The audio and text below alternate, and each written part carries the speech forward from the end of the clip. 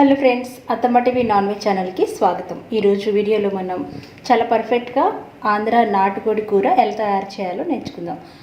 ఇందులో ఒక సీక్రెట్ మసాలా వేస్తారనమాట, అది నేను చూపిస్తున్నాను. అలాగే ఇందులో గరం మసాలా, చికెన్ మసాలా అని 2 మసాలాలు వేస్తారు. అవి అత్తమ్మ టీవీ ఛానల్లో లింక్లు పెడతాను, డిస్క్రిప్షన్లో చూడండి.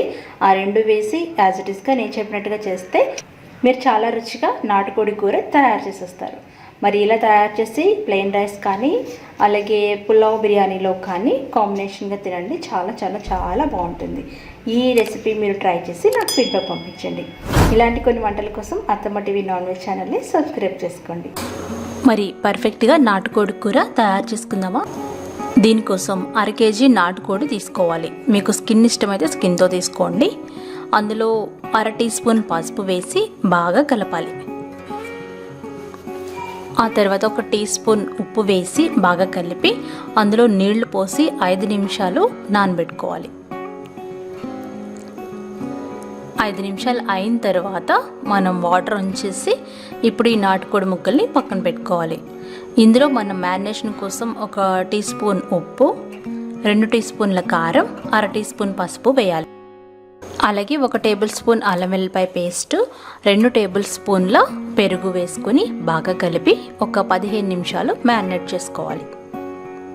ఇది నాటుకోడి కూర కాబట్టి కొంచెం స్పైసీగా ఉండాలి, అందుకని కారం ఎక్కువ వేసుకోవాలి. ఆ తర్వాత సీక్రెట్ మసాలా 1 టేబుల్ స్పూన్ గసగసాలు, 2 యాలక్కాయలు ఒక గిన్నెలో వేసుకుని కొద్దిగా నీళ్లు పోసి నానబెట్టుకోవాలి. మీకు గ్రేవీ థిక్గా కావాలనుకుంటే అందులో ఒక 10-15 జీడిపప్పులు కూడా వేసుకొని నానబెట్టుకొని నానిన తర్వాత మెత్తగా రుబ్బుకోవాలి. ఇదే సీక్రెట్ మసాలా పేస్ట్ అనమాట. దీనివల్ల చాలా చాలా రుచి వస్తుంది కూరకి. ఈ మసాలాని అసలు స్కిప్ చేయకుండా వేసుకోండి. ఇలా తయారు చేసి పక్కన పెట్టుకోవాలి.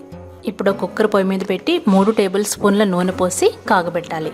నూనె కాగిన తర్వాత 2 పెద్ద ఉల్లిపాయ ముక్కలు అలాగే 5-6 పచ్చిమిరపకాయలు పొడవుగా కట్ చేసుకున్న వేసుకొని ఒక 3 నిమిషాలు వేయించుకోవాలి. తర్వాత 2 కరివేపాకు రెబ్బలు కూడా వేసి వేయించాలి. నాటుకోడి కూరలో కరివేపాకు స్మెల్ చాలా బాగుంటుంది, అందుకని తప్పకుండా కరివేపాకు కూడా వేయాలి. అలాగే ఒక 20 వరకు జీడిపప్పులు కూడా వేసుకొని బాగా వేయించుకోవాలి.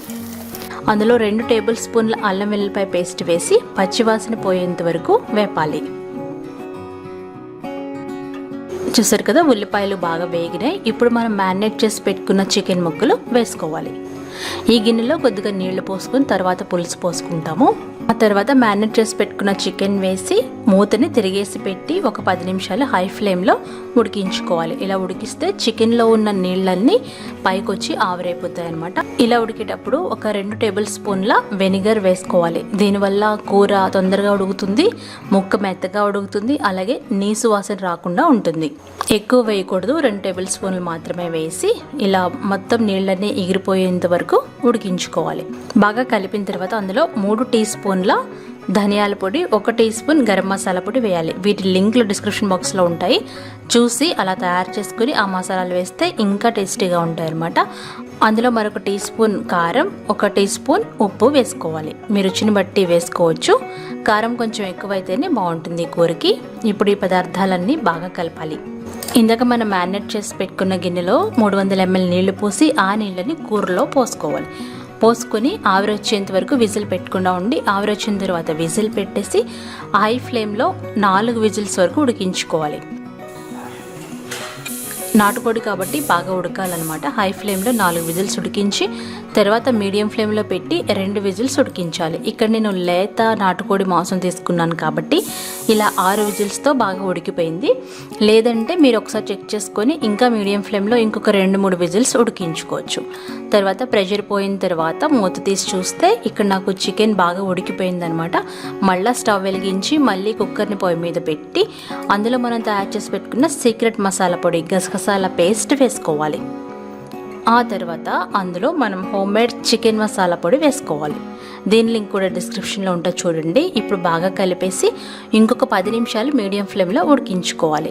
10 నిమిషాలు అయిన తర్వాత కొత్తిమీర చల్లుకొని సర్వ్ చేసుకోవాలి. మీకు గ్రేవీ దగ్గరగా కావాలనుకుంటే మరి కాసేపు ఉడికించుకోవచ్చు.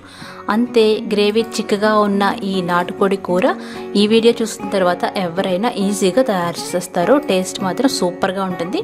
ఇది పులావ్, బిర్యానీ, ప్లెయిన్ రైస్కి చాలా చాలా బాగుంటుంది. మరి ఈ వంట మీరు ట్రై చేసి వెంటనే ఫీడ్బ్యాక్ పంపించండి.